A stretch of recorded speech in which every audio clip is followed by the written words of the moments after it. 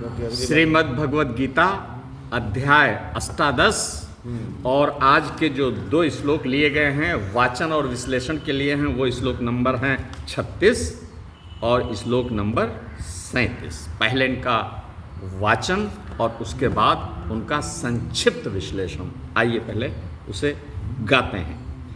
सुखम त्विदानीं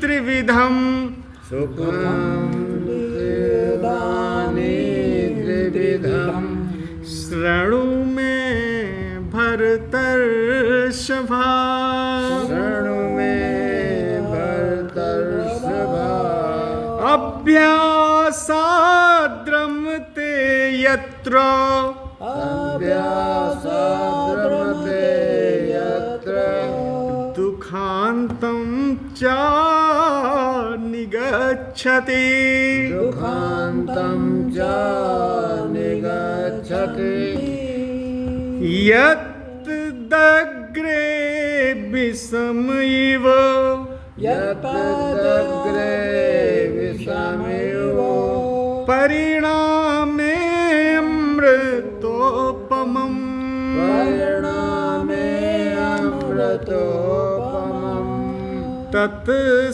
सुखं सात्विकं प्रोक्तम् तत् सुखं सात्विकं प्रोक्तम् आत्मबुद्धिप्रसादजम् आत्मबुद्धिप्रसादजम्। देखिए, आज हम आप लोगों को कुछ विशिष्ट कहने वाले हैं और अगर आपकी एकाग्रता हमें मिलेगी और शांति मिलेगी तो मैं आपको आज कुछ विशेष देने वाला हूँ। और वो ये है कि इसमें चूंकि त्याग का प्रकरण चल रहा है, ठीक है, तो और भगवान आपको त्याग की शिक्षा दे रहे हैं। क्या क्या त्याग करना है? त्याग करना है राजस, त्याग करना है तामस और ग्रहण क्या करना है? सत्व, शुद्ध सत्व।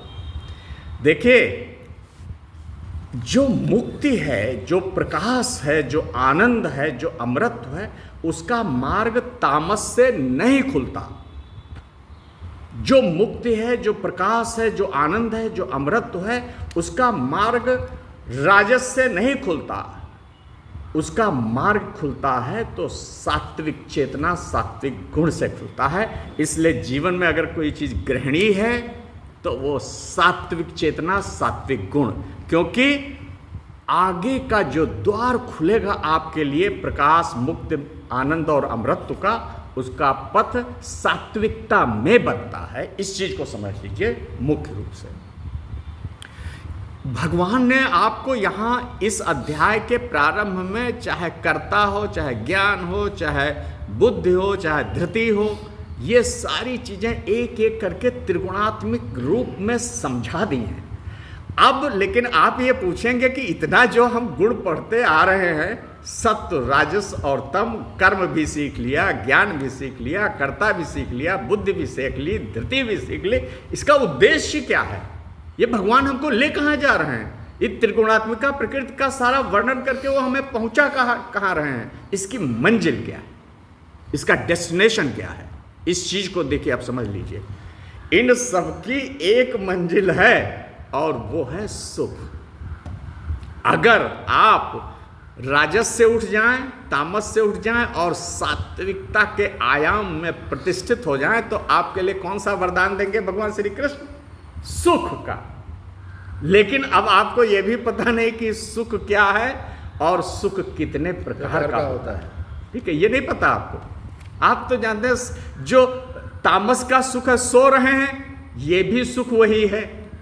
और राजस में जब क्रिया कर रहे हैं आप सोचते हैं वो भी सुख वही है। और जब कहीं आप सत्व में यज्ञ कर रहे हैं, अच्छा स्वाध्याय कर रहे हैं, तो भी आप जानते हैं ये सब सुख एक ही वर्ग के हैं। ऐसा नहीं है। तामस का सुख अलग है, राजस का सुख अलग है और सात्विकता का सुख अलग है। ये चीज बेसिकली आप लोग समझ लीजिए। देखिए,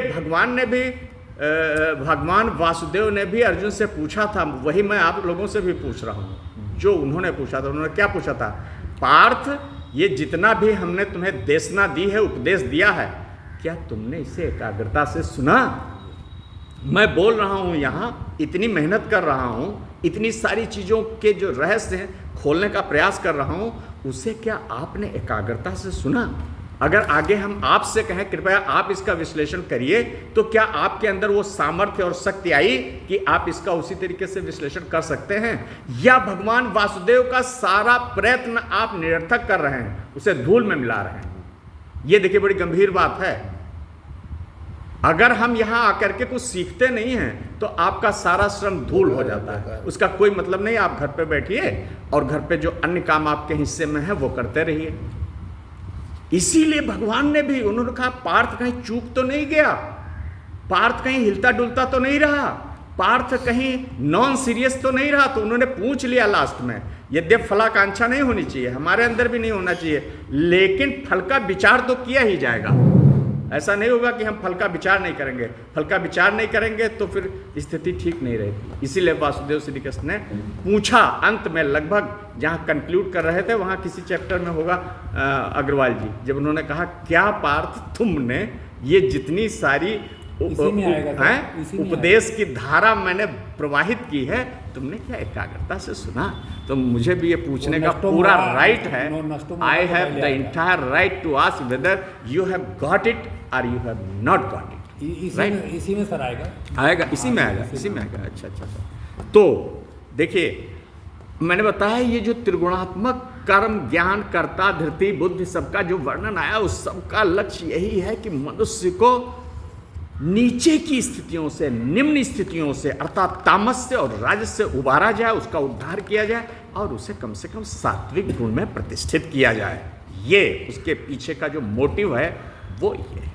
अब उनको ये लगा कि देखो, ये भी सोच रहा होगा कि इतनी सारी चीज़ें, इतना अनुशासन की ये बात कर रहे हैं, इतना कठोर अनुशासन की बात कर रहे हैं, मैं तो तामस में पगा हूँ, मैं तो राजस में पगा हूँ।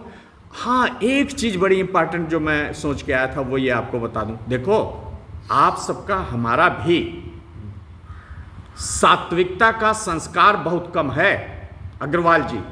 जन्मों जन्मों के जो आपने संस्कार इकट्ठा किए हैं वो राजस के हैं और तामस के हैं। सात्विकता का संस्कार आपका बहुत कम है। हिस्सेदारी अगर लगाई जाए कि किसका संस्कार सबसे ज़्यादा है, तो आपके राजस और तामस के ही संस्कार प्रबल रहे हैं, वही आपके पीछे से बल बना हुआ है। सात्विकता का संस्कार अब चाहें तो आप अर्जित कर लें और निकल जाएं मुक्ति धाम में, नहीं तो फिर तामस में सड़ जाइए और राजस में सड़ जाइए और इस पृथ्वी से, जहां इतने कष्ट के बाद आप आए हैं, यहां से शून्य लेके विदा हो जाइए। हमारी बात समझ रहे हैं आप? क्योंकि सबसे कठिनाई ही यहां है। और एक चीज और आज आपको मैं बहुत स्पष्ट कर दूं, राजस के लिए कोई श्रम नहीं करना पड़ता, वो स्वाभाविक होता है। तामस के लिए, नींद के लिए कोई श्रम नहीं करना होता है, वो स्वाभाविक होता है। लेकिन सात्विकता का अभ्यास करना होता है। इस चीज को सबसे ज्यादा समझ लेना चाहिए। वो ज्यादा मेहनत मांगता है। इसमें सात्विकता अभ्यास से आती है, उसी का इसमें वर्णन होने जा रहा है, इसीलिए मैं इसको समझा रहा हूं। तामस के लिए अभ्यास की जरूरत नहीं है, it happens on its own, it happens automatically. राजस, it happens on its own, it happens automatically, naturally. लेकिन सात्विकता का अभ्यास, और अभ्यास ही नहीं, लंबा अभ्यास आपको करना होगा, तब आप अपने अंदर सात्विकता के संस्कार को अर्जित कर पाओगे, नहीं तो नहीं कर पाओगे। मैं बहुत स्पष्टता से कह देता हूं, यही गीता अब आपको समझाने जा रही है। समझ गए? इसकी जो भूमिका है, इसका फॉरवर्ड आप समझ लीजिए। तो देखिए क्या कहा भगवान ने यहां। देखिए, सबसे पहले थोड़ा सा वादा किया। ये वादा क्या किया? सुखम तो इदानीम। इदानीम का मतलब होता है अब। अभी तक जितनी चीजें हमने आपको बता दी हैं उसके पश्चात, हियर आफ्टर, अब इसके बाद, इदानीम, अब इसके बाद, अब हम आपको क्या बताएंगे? त्रिविधम सुखम। अच्छा, इसमें देखिए जो संबोधन है वो भरतर्षभ है। क्या संबोधन है अर्जुन के लिए? भरतर्षभ, हे श्रेष्ठ भरतवंशी पार्थ अर्जुन। श्रेष्ठ क्यों कहा? देखो, अब हमें आपसे अभ्यास कराना है, क्या समझे?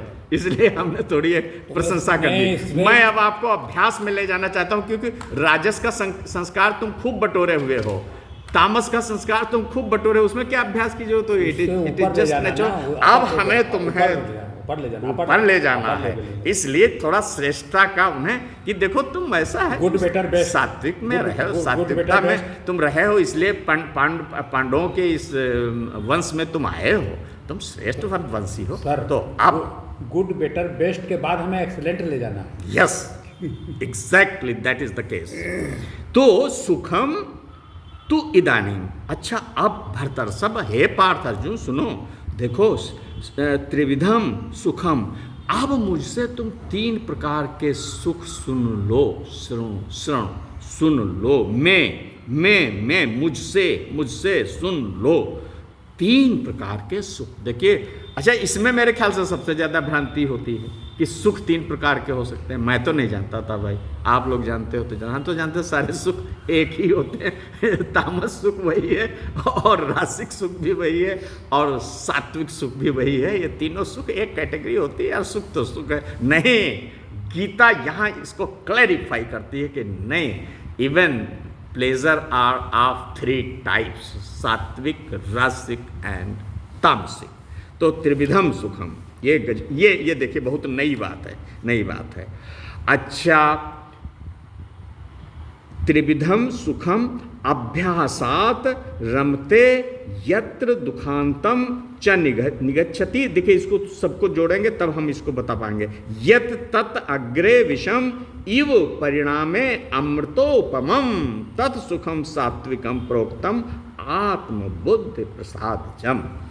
देखिए ये जो सात्विक सुख होता है, पहली चीज तो ये आता है अभ्यासात, इसकी प्रैक्टिस करनी पड़ती है। काहे की प्रैक्टिस करनी पड़ती है? स्वाध्याय की करनी पड़ती है, अच्छे कर्मों की करनी पड़ती है, त्याग की करनी पड़ती है, परोपकार की करनी पड़ती है, दूसरों के कल्याण की करनी पड़ती है, अनुशासन की करनी होती है, यम नियम की प्रैक्टिस करनी होती है। ये सब सात्विक सुख के लिए आपको प्रैक्टिस करनी पड़ेंगी। अहिंसा की, सत्य की, अस्तेय की, अपरिग्रह की, ब्रह्मचर्य की, ईश्वर प्रणिधान की, ये सब सात्विक सुख किसी को जनरेट करने हैं अपने अंदर, तो इसका अभ्यास करना होता है, ध्यान का, भगवान के प्रति समर्पण का।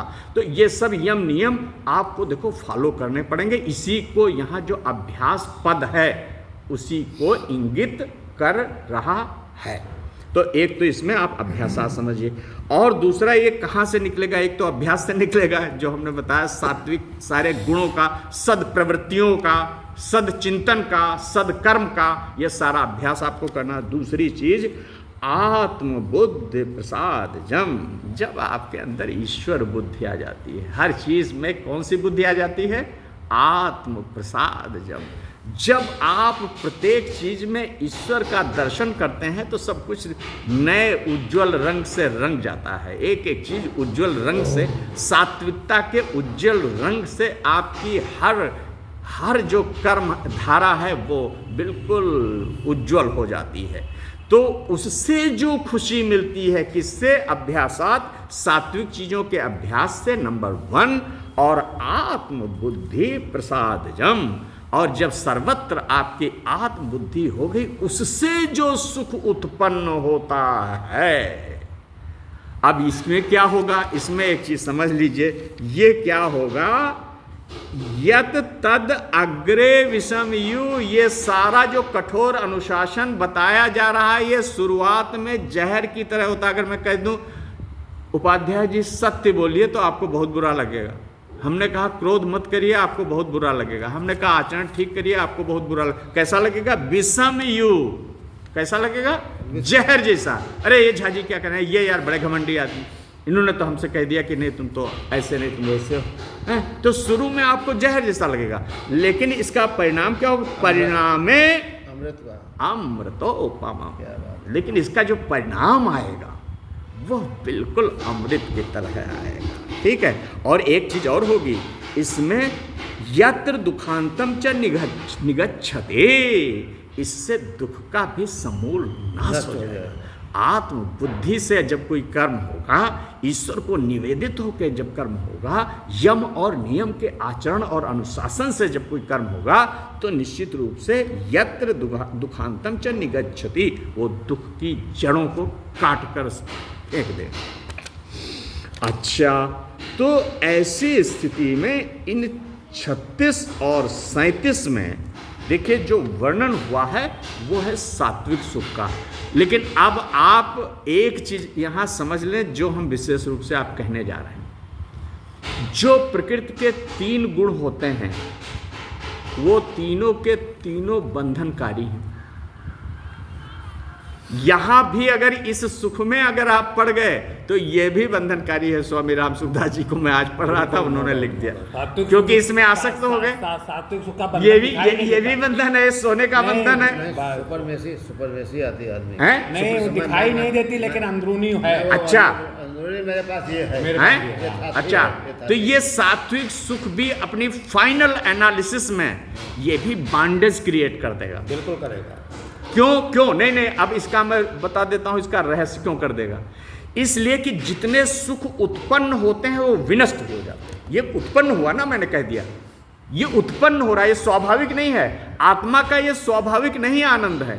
आत्मा का स्वाभाविक आनंद और सात्विक गुणों से अर्जित और उत्पन्न आनंद, ये दोनों में बहुत अंतर है। इस चीज को समझ लीजिए, एक गंभीर बात श्री अग्रवाल जी समझ लेंगे। सात्विकता की कोख से उठा हुआ आनंद और आत्मा के स्वभाव से, उसके धर्म से उठा हुआ आनंद, इन दोनों में एक फंडामेंटल डिफरेंस, बेसिक अंतर। ये उत्पन्न हुआ, ये अभी उत्पन्न हुआ है। आज आपने सारा कुछ संयोजन कर लिया तो उत्पन्न हुआ गया साहित्य, और कल नहीं कर पाए, वो प्रकट होता है। कल नहीं कर पाए तो सात्विकता का सारा सुख लुट जाएगा। Is it clear sir? देखिए ये बड़ी सूक्ष्म बात हमको बतानी थी कि हम बता दें, क्योंकि सात्विकता का सुख आता है और जाता है। सात्विकता का सुख उत्पन्न होता है और मिट जाता है। लेकिन जो शुद्ध, हाँ, यहां से आपको रूट मिल जाएगा आत्मा का। यह इसमें सबसे बड़ी हमारे लिए एडवांटेज की बात है। ये हमारे लिए बोलना है आपको, ये हमारे लिए बड़ी एडवांटेज की बात है कि सात्विक सुख के द्वारा हम एक ऐसा मार्ग बना लेंगे जो हम आत्मा के आनंद तक पहुंच सकते हैं। इसलिए आपको नीचे की दोनों स्थितियों का परित्याग कर देना है। तामस के सुख का परित्याग करना है। तामस का क्या सुख होता है? तामस का सुख जैसे निद्रा है, आलस्य, प्रमाद है, इनर्सिया है, जड़ता है, ये सब तामस के। सो जाते हैं, निद्रालु हैं, आए बाएं साएं, गलत आचरण नहीं करना। ठीक है। नंबर 1, तामस का सुख छोड़ देना है, राजस का सुख छोड़ देना है, और सात्विक सुख में भी आसक्त नहीं होना है। देखो यही मुझे आज स्वामी राम सुखदास जी ने समझाया, और देखो बड़ी क्लैरिटी आ गई मेरे दिमाग में। नहीं तो मैं शायद इस चीज़ को नहीं बता पाता। उनको पढ़ा तो उन्होंने समझ लिया। तो सात्विक सुख जनरेट होगा, उत्पन्न होगा, लेकिन उसमें आपको अटैच्ड नहीं होना है। उसको भी एक्सीड कर जाना है, ट्रांसेंड कर जाना है, और उससे आत्मबोध का मार्ग प्रशस्त कर लेना है। ये इसमें से हमें मैसेज मिलता है।